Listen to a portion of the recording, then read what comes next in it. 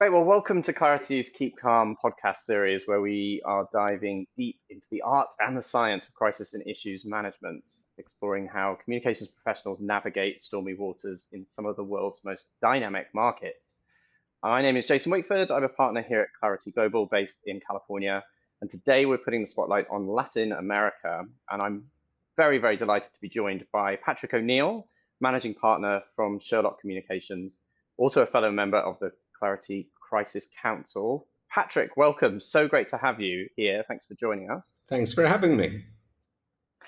I'm really looking forward to getting started. To begin with, we would love to hear a bit about Sherlock Communications. What's your elevator pitch, and what's your focus in LATAM? Okay, Sherlock Communication was founded around 10 years ago, just under 10 years ago, with a specific aim of helping international companies that want to grow or launch in the region. We initially started in Brazil, focusing on the Brazilian market, and then organically and through pressure of our clients, we've grown to nearly every country in Latin America. The two countries that we don't really operate in are Venezuela and Cuba, but everywhere else, and we have physical offices in about seven cities around Latin America. Hmm. And I mean, I think it's worth being super clear at the top of the episode here that, Latin America, clearly we all know, is a vast, vast place, incredibly diverse. I think there's over 30 countries, dozens of languages, dialects, not to mention a huge cultural range. So clearly, a one size fits all approach won't cut it. But it'll be good to dive, into some of the specifics of some of the particular markets within the region.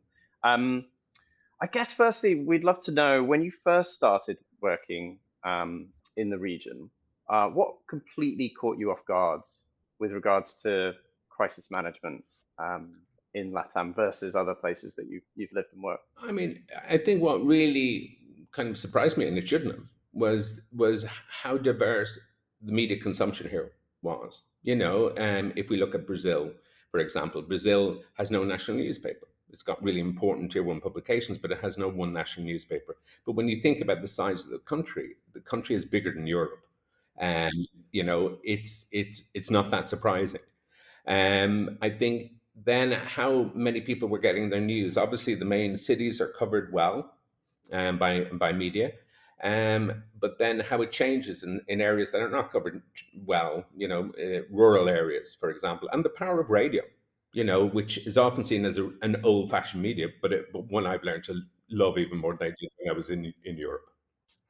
And within some of the main markets, so I mean, you mentioned Brazil. If you compare to, I don't know, say Colombia or Argentina, are there any big other differences in terms of the media landscape and the way that the consumers are consuming news? I think genuinely now what we're seeing is a huge growth, and what we have seen over the past few years is a huge growth in the consumption of digital platforms, finding the news through digital platforms, but also platforms such as Telegram, WhatsApp, how people are sharing news, sharing information on these platforms. It is really important to bring them into any strategy that you are putting in place. It's interesting you mentioned Telegram, and obviously we hear more and more about it globally. Is that a platform that you advise clients to use? And if so, what are some of the sort of watch outs there for you? I think what you have to do is not necessarily new. You use it; it's being aware of it, and being aware that many of the groups within it are very aware of what they see as people spreading stories on it, putting statements on it. It can blow back at you.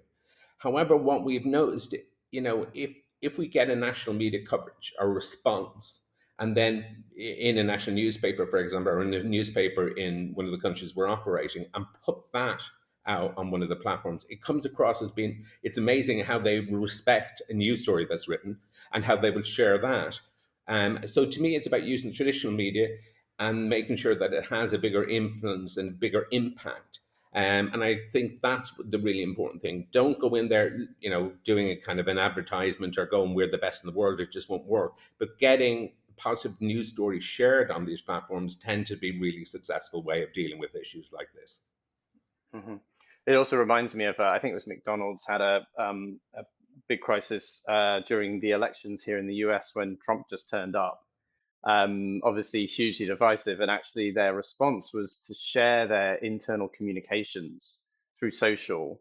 And actually, it was interesting because a lot of commentators and users saw that almost as a kind of leaked quote unquote piece of content. Therefore, this is authentic. So it was a very very clever way of actually getting across exactly what they wanted to say in a way that came across far more authentically than had they just issued a press release, which And I'm sure they I could have think done that, normally. yeah, but I think that's what comes people now, and particularly when you're dealing with crisis, have to be aware of. You have to be smart.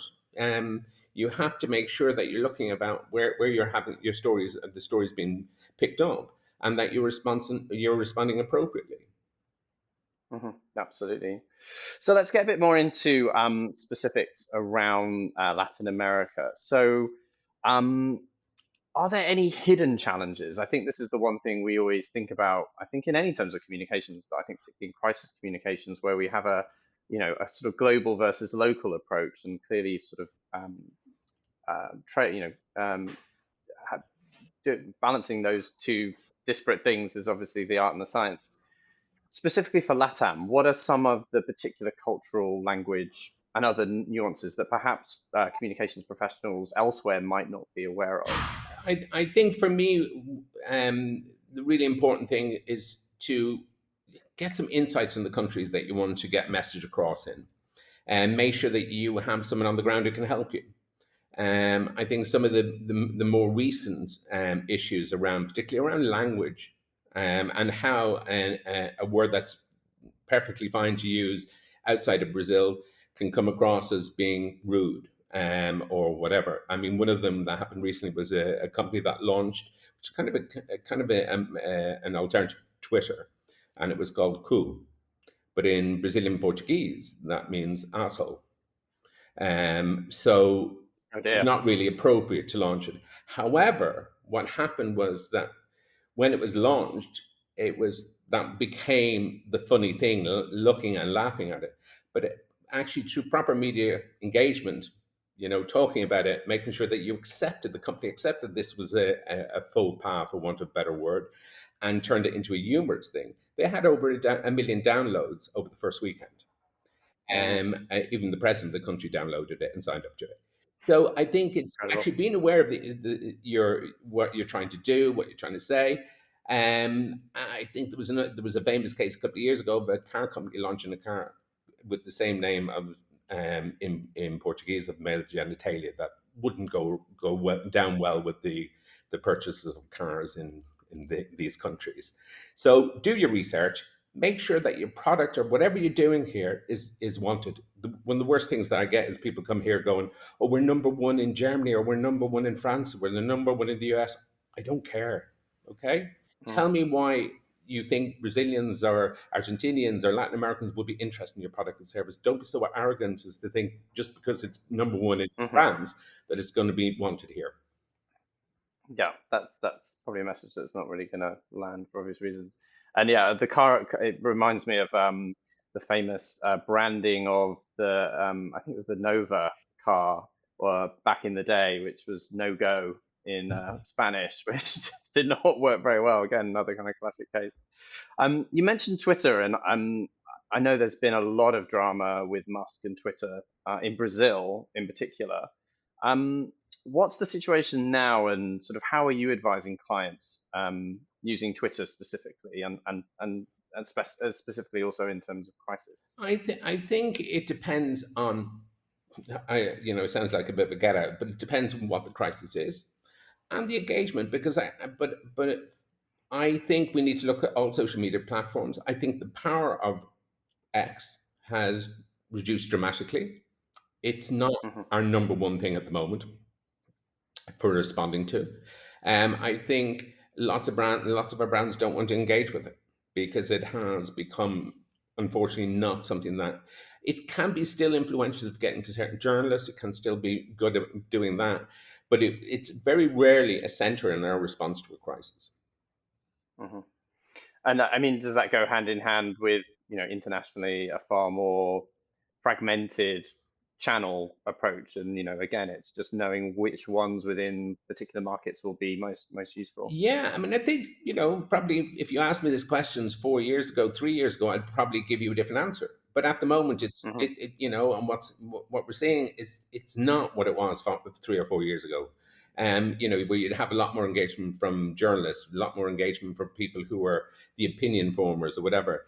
It's not that anymore. But there are certain people who, obviously, if you want to speak to audience that use it and love it, Hmm. it tends not to be the top of the Hmm. agenda anymore. Yeah, no, agreed. And I mean, obviously, that's reflective to greater or lesser extent in other markets too, of course, as we know. Um, I'd love it, and obviously, I know that there may be some specifics that you might not be able to mention, but I'd love if you could take us through a sort of uh, I don't know, typical is probably the wrong word, but a crisis or an issue that you managed for a client within the region, and sort of just talk us through kind of some of the thought processes and how it was handled with respect to some of the differences we've talked about within those markets. I think one of the ones that we've worked with was a crisis that was caused by a mining company who didn't care in a way that they should for a tailings dam, um, which led to it bursting and led to the deaths of lots of people, Hmm. massive environmental pollution, and destroying people's livelihoods.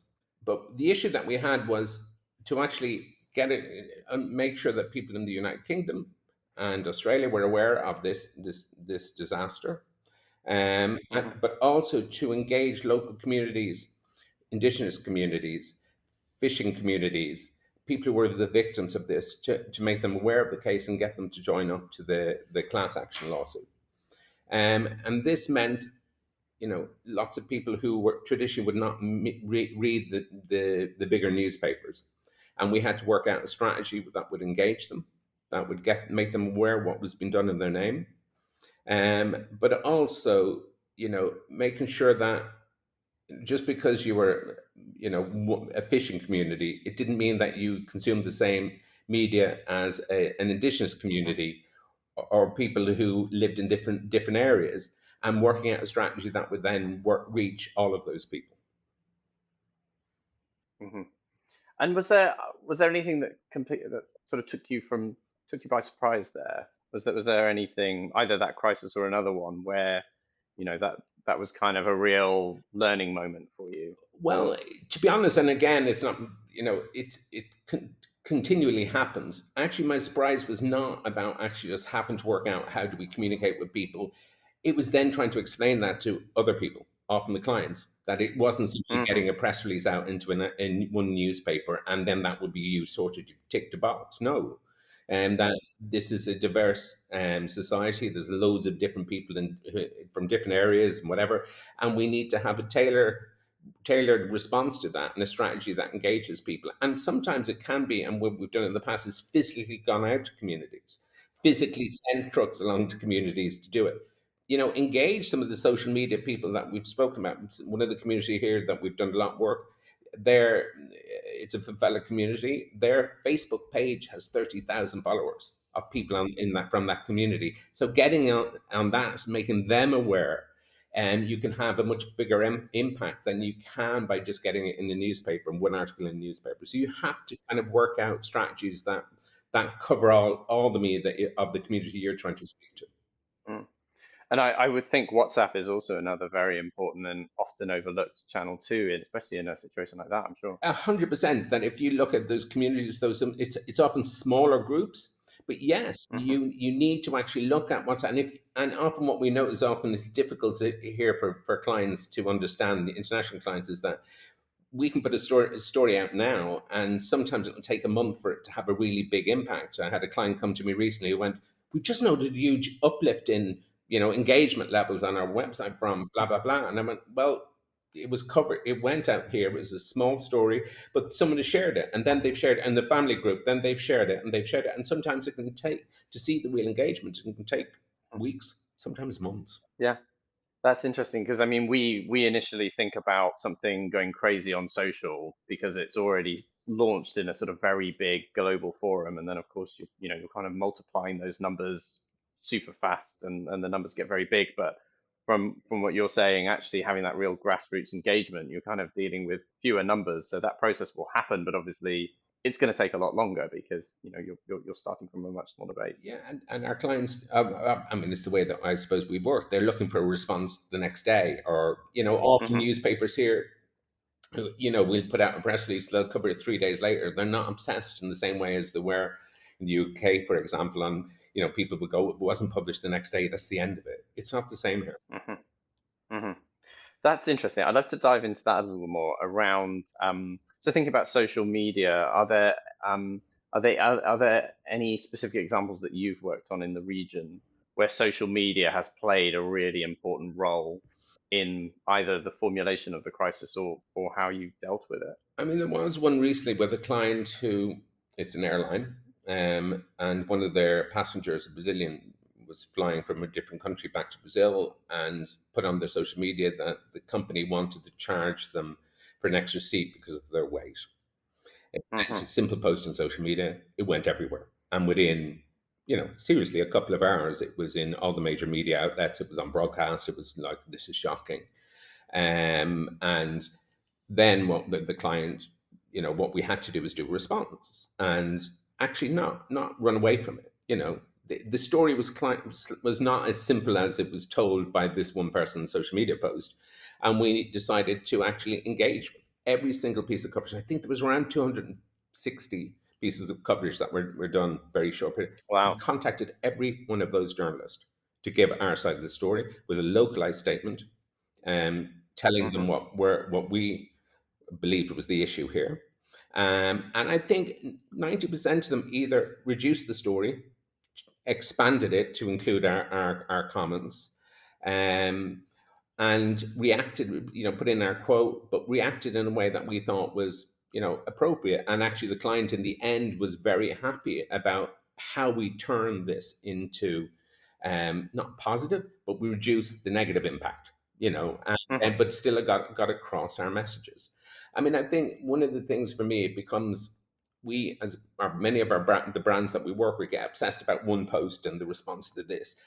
When I was in the United Kingdom doing this work, I was working for a company, and there was one of the major documentary companies did an hour-long piece in the company saying that our employees were stealing credit cards. And my boss at the time was really angry and saying, "We need to sue them. We're going to do this, that, and the other."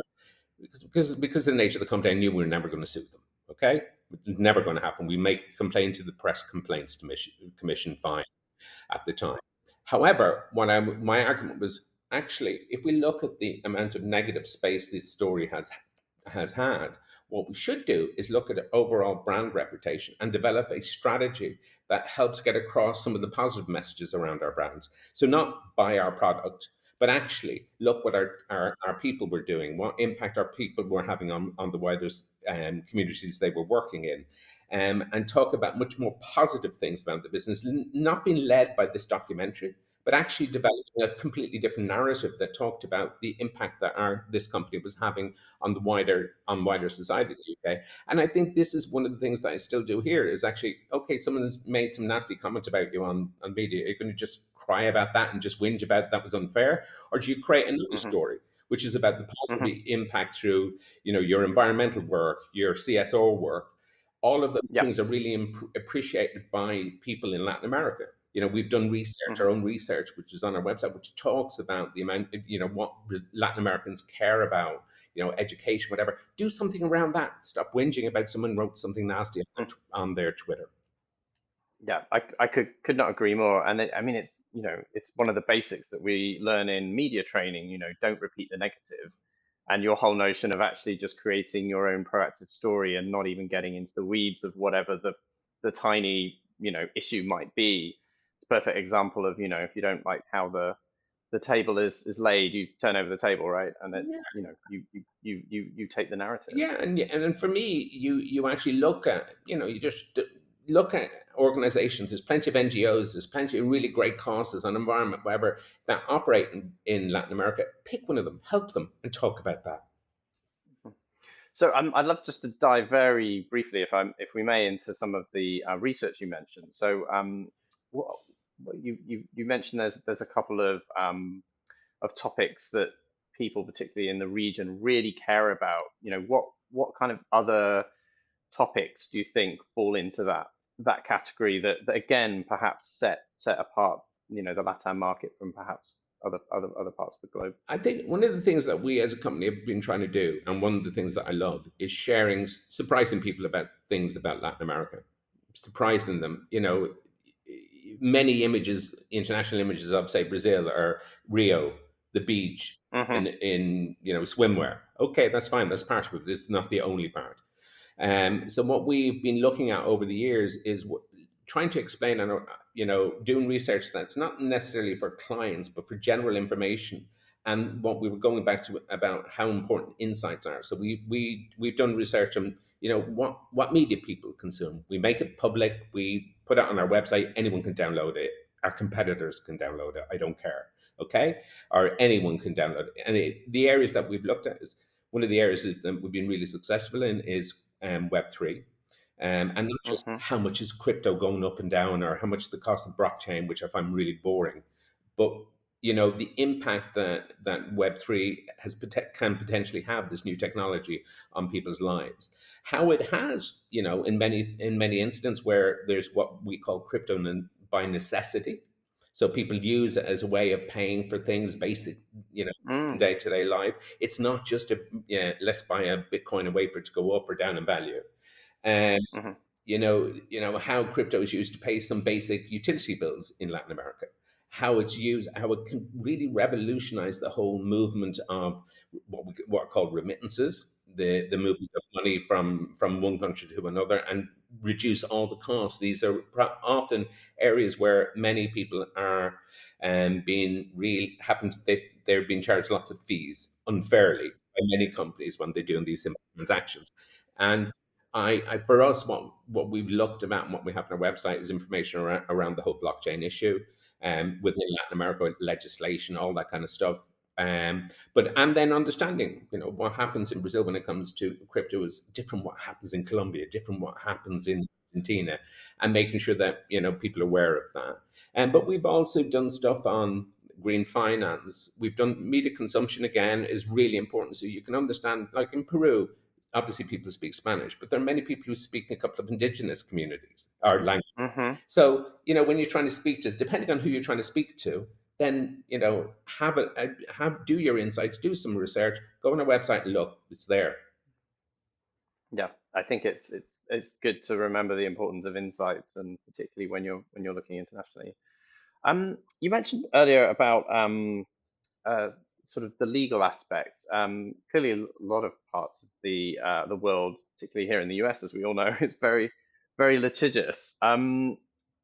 What does the sort of the legal aspect look like in general terms across the region, and are there any big differences? No, I think, obviously, you mentioned the instance with Twitter, and in Brazil, and particularly the legal issues that Twitter has had with the Brazilian Supreme Court. And Hmm. again, to me, it's about understand that it's not you're better in the US or you're worse. It's different. Okay, the Right. laws here put the onus on many of the social media platforms to monitor what they do. If you're spreading lies here, it's something that you're responsible. You can't say that Joe Soap was doing it, wasn't my fault. You can't do almost a Hmm. conscious pilot washing your hands of it as a social media owner. They say that Hmm. you have some responsibility for what's pushed out and sorted on or said on your social media. We've done some research into what Brazilians think about the issues around removing community managers from Facebook. Hmm. And what was really surprising to me is that we asked a number of countries in Latin America with the population of a number of countries, and it was over 80% believe that there is an onus on the owners of the social media platform and a duty of care they have to the people who are Hmm. using them. So you can't wash your hands of it, according to and that would have spread because it was over 80% in most countries. to me that crosses political boundaries, whether you're right or left. It becomes Hmm. it is something that Latin Americans think is a duty of the social media owners, and that's Mm. different. But you can think it's right or wrong. That's not the point to me. Understand what the laws are here. Understand what Yeah. your responsibility here is if you want to operate here, and abide by them. Yeah. And I mean, it also comes to the other challenge that we as communicators often have in crises when we're pitted against the legal folk, and it's always how do we strike the right balance of saying the right thing and being public, and being transparent and action orientated and all the things that we should be doing versus what might get you in trouble because, and I'm sure you've had this too, Patrick, where you're in a room dealing with something and the lawyers don't want to say anything at all, and we've got to try and make the case for good comms. Exactly. I think for me, there was an incident that we had where one of my team was dealing with an issue of an oil leak in a port. Okay, and to be honest, I was not dealing with it much. I just one of my team just said, "Oh, can you read over this statement that we're putting out? They want us. The client has asked us to put out." And I read the statement, and it was like they were admitting responsibility for an oil spill. And I was like, "Oh my Wow. god, that's pretty bad." So, but I didn't see anywhere where they on any of the documents, the emails, where someone independently had said they'd done it. So I just went, Hmm. "Can you go to them and ask them who said that our client was responsible for this spill?" And they went, "Well, my response from my team was the client told me." And I went, "Our job is to go back and challenge the client. Okay? Ask them where they got this information from, that it was our fault. Because it was a comms person within the client, not someone down at the port." And then basically we go back, we find out that someone said to me, seriously, the client, one of the people who work at the company said, "Well, my friend told me it was us." And I was like, "Sorry." You're kidding. "Yes, my friend told me." She wouldn't lie to me. And I went, "Well, I'm Wow. sorry, but we will not be accepting responsibility. We will say we'll look into it. Our response will not be apologies." And I think, to me, empathy and understanding and being very clearly accepting responsibility for what you've done wrong is Mm. really important. But don't tell me your mate told you. It's not good Yeah. enough. I need some Well, independent sources. Um, I mean, thank goodness you caught that. I mean, that the ramifications of having that on record yeah, could have been quite severe. and because often people who work in communications companies here are very, how do I say, they're a lot politer. I'm a rude Irish person, okay? When in Latin American, I'm rude. I find myself, I think I'm direct, but I think it saves a lot of time. But Hmm. there is a kind of thing of many people just look, our client has asked us to do this, Patrick. This is what our client has asked us to do. This is what we're doing. And I'm like, no, we don't just do what the client. Our job as consultants is not just to do what the client done, is to go and challenge Hmm. them and ask some questions. And it's fine if in the end we can give a Hmm. suggestion. I think one of the things that really surprised me when I first came, one of the really big things from a client is that there was an issue going on. We got our client a chance to talk on a TV show, a Sunday TV show, which tens of millions of viewers. Mm. We're really excited. They want you on. They don't normally cover this kind of issue. Will you go on? And he said no. And I went, "Why? Are you a bit nervous? Do you need some training?" And he went, "I'm not going on that show. It's common." I was like, Wow. "Sorry? Oh, I wouldn't. My friends would laugh at me in my profession if I was on seen on that show. I wouldn't go on that. No way." And Extraordinary. it was like, there's tens of millions of viewers, not the kind of people I really want to speak to. Um, and I was genuinely shocked by this, and that was my stupidity. It may be in ignorance, and I was like, "I'm sorry, I just, you know, one of the most one of the most watched programs in Latin America. You're not going on because it's too common." Yeah, I'm not doing it. And it didn't happen by the sounds of it. Well, what I did is I found someone else who could Hmm. speak on the issue, but they weren't our clients. And I got, because obviously my big thing is to make sure I don't damage the relationship with the program. Of course, I was going to say, yeah. I don't want to be going now where my clients too. I just made my excuses and said I've got a brilliant spokesperson who can actually go on and speak to it. And I said sometimes it might be better because they can speak to it in less legalese. And I Hmm. think that would be better suited to the program. And they spoke to them and went, okay, yeah, we'll have them on. So it didn't damage me. But I was seriously, I'd never come across that ever in my working life where someone believed that the show was just a bit too. Interesting. Yeah, that would be a new one for me as well. But yeah, again, it's challenging sometimes where we're but you're right. It's our roles as strategic communicators is to advise and push back where relevant. I think a lot of people often fall into that trap where the client says X, so we're going to deliver X, even though that's not the right thing. And I agree. Uh, we can only advise. Ultimately the decision won't rest with us. But I feel we have to feel confident that we've done our due diligence. 100%. And we have to be confident in what we're doing. To me, it's about trust. And Hmm. if you waffle to your client, I think they have a right to then Hmm. doubt you. You give direct Hmm. response. You go no if you believe that if it's the wrong decision. You need to be direct with them. You need to let them know because that stops us having more crises later on, or the Hmm. crisis continuing. Be honest. Say to them, "This is what you need to do." Don't be, "Oh, Jason doesn't want to hear this, so I better not say it to him." No, Hmm. tell them. Yeah.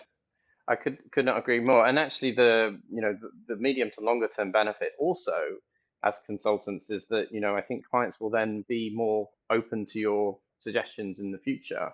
Quite often, I think people can sort of not get past the breaking wave almost of, well, this is what I've been asked to do, or I think that's important too. Yeah, I had a client who came to us, and um, they were complaining that a story that they'd done an interview with a newspaper wasn't on the front page. And I was like, why should it be on the front? And what was it? And it wasn't what he had said, certain things that were not agreed in what we should have been talking about. Hmm. Basically, he'd called for the privatization of a government-owned industry in Brazil. And I went, Wow. Okay. you have no right to do that. And he said, Hmm. "Oh, I do because I'm a Brazilian." And I'm like, "No, no, no. You're representing an international company. If if a Brazilian went to Germany and told them to privatize their electricity because they're a Brazilian company who wanted to buy it, that would cause a bit of upset. Okay, you don't do that here. I know you believe politically that this is what should be happening. Mm. You're speaking on behalf of your brand, so you don't say Hmm. this, and you're really lucky this is hidden in the back of the publication, because if I'd known this, we would have had this out before, and actually it could really damage you as a business." And he was a bit upset because I do understand he's Brazilian. He thinks he can talk as a Brazilian, which, okay, you can if you say this is my private opinion, but he got you the interview speaking on behalf of the company that employs you and that you're head of in this country. So you're speaking on behalf of the company. You're not speaking in your personal capacity. It went on and on. And basically, an election happened. The policy that he wanted to promote lost, and then the wider stakeholders all pushed them out of any industry wide body because they had done something they shouldn't have done. And I think, again, it becomes this, and because we do a lot of work in the international area, it is really important that people know their roles and know that we're given direct advice. I'm not giving it for the fun. It's not a personal opinion. I don't have an opinion. In some ways, whether this company is privatized or not. However, I do know that it's not appropriate that you, as a representative of an international company, should not be calling for it for your own Hmm. selfish business needs. It's not appropriate. Yeah, absolutely. Yeah, extraordinary. Yeah, I mean, I think we've all had examples where somebody has sort of spoken off brief and gone completely off hash, and understandably and rightly there's, consequences of that. I'd like to sort of wrap up on some of your general thoughts and tips around crisis management, but before we do, I would just love to just for one last time just talk about the region again. Is there anything else that we've perhaps not covered yet with respect to the countries within Latin America specifically that for crisis communications or any communications, I guess, people might not know, might be surprised about, I would love to just see if there's anything else that would be useful for global PRs to know. I think, I know this sounds really, as I know that you've traveled, so you probably know this, but in Brazil, people speak Portuguese. In most of the other countries in Latin America, they speak Spanish. Okay. It's Hmm. important for anyone who's doing work here to understand that. You would be really surprised about the size of the big companies who don't understand that and who say to me, Wow. translated the website to Spanish. I'm like, that's okay, but what about Brazil? No, Patrick, you didn't hear. We've translated to Spanish. And Oh wow. and I have done a line that I repeat before I go back to them and say, okay, you do a campaign in Los Angeles or New York in French, and I'll do one in Spanish in Brazil. And then they go, that's a stupid thing to say, Patrick. People don't speak. Thank you. You've now whatever. But seriously, this is a big problem that I get. Then the other thing, and I know we've touched on insights before, but I think Hmm. particularly as we come up to COP30, Hmm. the big environmental event that's happening in Brazil in November, we Hmm. had a food company that came to us that does, collects food that's waste food and gives it to, people who often need it, which sounds great. But they're a European-based company. They come to us and go, we want to launch this in a Latin American city. And we've got this deal and it's all going to be great. And I go to them, well, have you found you're not the first people in the world to think of giving food that's not been used to hungry Hmm. people? Have you checked what happens to food in this particular city, normally with the big retail outlets? No, but we're doing this and we've got an app and then I don't care. Have you looked into it? Because basically what you're saying is you're going to go over, you're going there with your attitude that you're changing things, and all these innocent people in Sao Paulo or Mexico City don't understand the thing about recycling food or giving food away. There are Hmm. lots of NGOs, there's lots of charities who do that already Of course. here. Have you looked into it? No. Okay, we'll look into it. Because what you're going to do is take food from one group of hungry people and give it to another. And you're going to Hmm. actually upset people. And it potentially will damage your brand. And I think, particularly when it comes to, as we're leading to the COP30 event, you know, Hmm. anyone who's involved in NGO work, environmental work, trying to save the rainforest, great. Don't think there are not people here in Latin America who are trying to do the same. So go and speak to Right. them, try and do work with them to have a bigger impact, work together. And that's often what we have a network of around 450 NGOs that we work with as part of our CSO work that we can link you Hmm. up with. But don't be arrogant and do this kind of, patronizing, oh, these Mm. people don't know how to save the rainforest. Yeah. Right. Find out what's happening here, speak to them and develop partnerships with people here. Yeah, and also it would just be tone deaf to just sort of, turn up on your overnight flight from wherever, just, expecting that people are going to take you even seriously. I think having that, local network and knowledge wherever you are is essential, and you need to work with, what's going on the ground, and you have to do it in partnership, and you have to be authentic, and all those other things. Yeah, and go and support because you'll have a bigger impact. If you genuinely want Hmm. to change behaviors, if you genuinely want to get across a message of sustainability, environmental impact, work with people who are doing that here. And that will have a bigger impact on what you're trying to achieve. Hmm. So we've covered so much ground, Patrick, and thank you for giving us so many great examples as well. I think it's just been fascinating to hear about some of the nuances across the region. But what has also struck me as we've spoken is that obviously there's a lot of kind of commonalities in terms of what is good practice. So perhaps if we just sort of end there, I would love to know any sort of, what was the best piece of advice in your career you've ever been given with respect to crisis communications, and how have you applied it in Latin America? Okay, probably when I first got into kind of crisis or what I lump as reactive inquiries. When I had my first, I Mm. trained as a chef. Okay, I went from Wow. chefing into a press office, um, and I was dumped the reactive line to deal with all reactive inquiries because all my colleagues hated it. I actually loved it. Hmm. I loved the thing of a journalist ringing me up and telling me this, whatever, and either me turning the story around or making sure a message was in there. I found it really enjoyable, which is probably a bit weird, but I did, and it suited me perfectly. It suited my personality. I wasn't into writing loads of press releases. I didn't have a journalist background and whatever, but actually dealing with crises, dealing with reactive management, I Hmm. just found really suited me. Um, I do remember one of the first things that my boss at the time said to me, Patrick, if you lie, I'll sack you. Mm. Okay. And to me, above, planning, predicting, practice, all those kind of cliches, not cliches, but really important things you should do if you Hmm. manage crisis, was this idea that we should never lie as comms professionals. We should never tell a lie. We can go back and Hmm. challenge them. We can go and whatever. We're not here to give misinformation. And I think that's the Hmm. thing that stuck with me the most. And then another thing, he was a bit crazy actually, but one of the thing he would ask me, do you have the contact details of this person, the chief executive? I went, yeah, no, I have his. Is that his personal number? And I went, I'd go, no, it's his business, his company one. And he would use an expletive and say, get his personal one. Hmm. Because for a crisis, that's what you need. It's not, speaking to 20 people, being, if and that our chief executive at the time known that if I'm calling them, this is a crisis. I don't ring them, phone them because I'm not sure where to Mm. put my cup of coffee. I'm ringing them because this is a really serious issue. And that at that time, I dealt with terrorist attacks. I dealt with, deaths of employees or murder of employees. Um, Terror sending anthrax, the royal family having a fight with us over something.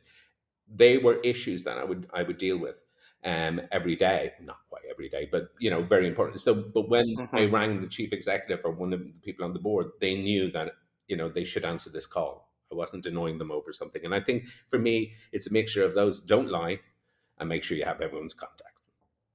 Mm. Great advice.